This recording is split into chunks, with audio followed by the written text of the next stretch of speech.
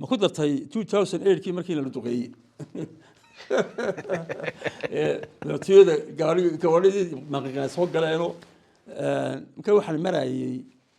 dibada marayay waxaan u coday waxaan islahaa diiwaangelintan dibada ka jiray waan wareegay marka waxa socotay diiwaangelintii gobolka awdal baa maalinta soo xarooday gawadha waan wado korka ka soo wareegayo waxaan soo wareegay caadliyo halkaas ka soo dhacay laamida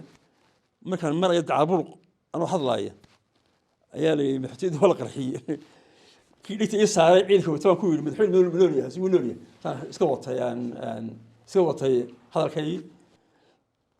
تلفون بدأ لسه ليس سارع وحضلاية إنك صدق كمية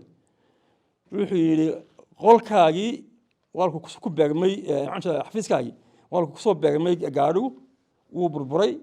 وحلا فيلا يا ضد يعني كل إنسان ضد فريد دبدور دور إنسان waxaa ka mid ah libaaxo golaha guurtida Xuseen Afkaabo la shaqeynayay dhowr nin oo ka yimi oo baantahay ka yimi Bohoodle xukuuntii golaha wasiirada maxkamada markaasuu yiri kuwa wax fiican ku jiraan masan ku yiri rad cabro waxba dhacay nabadgeliyo waa soo dhaqaajiyay markaa soo baxay baa la hadlay markaasuu yiri meesha kala ma hayo taa soo gelin maanta waqti maanta hadii waxa safardan Ethiopia wala galay tii UNDP wala galay maanta maalin adag baahayd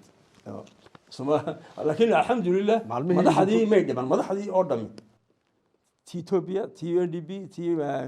ma dhiman alxamdulillah marka kulli rafaadku iska badan yahay waxana waa xil weeye guntii gabagabadii barnaamijkani oo uu marti ugu ahaa madaxweyne ku-xigeenkii hore Soomaaliland Axmed Yuusuf Yaasiin xukuumadii Daahir Riyaale oo muddo 7 sano ah dalka ka talinaysay ayaa waraysi dheer halkan igu siiyay anigoo Cabdiraxmaan Maxamed Ciga barnaamijkaasina dhinacyo badan ayaan ka waraysanay oo ay ka mid tahay xaaladda gobolka Awdal arrimaha sida loo gelayo iyo sidoo kale tilmaamay dhanka kale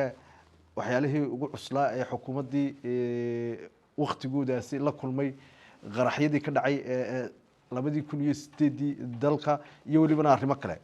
barnaamijkani ayaana ku soo gabagabeynaa intaasi assalaamu calaykum waraxmatullaahi tacaala wabarakaatuh shirkadda Telesom waxay qiimo dhimis ballaaran kugu samaysay internetka mobilka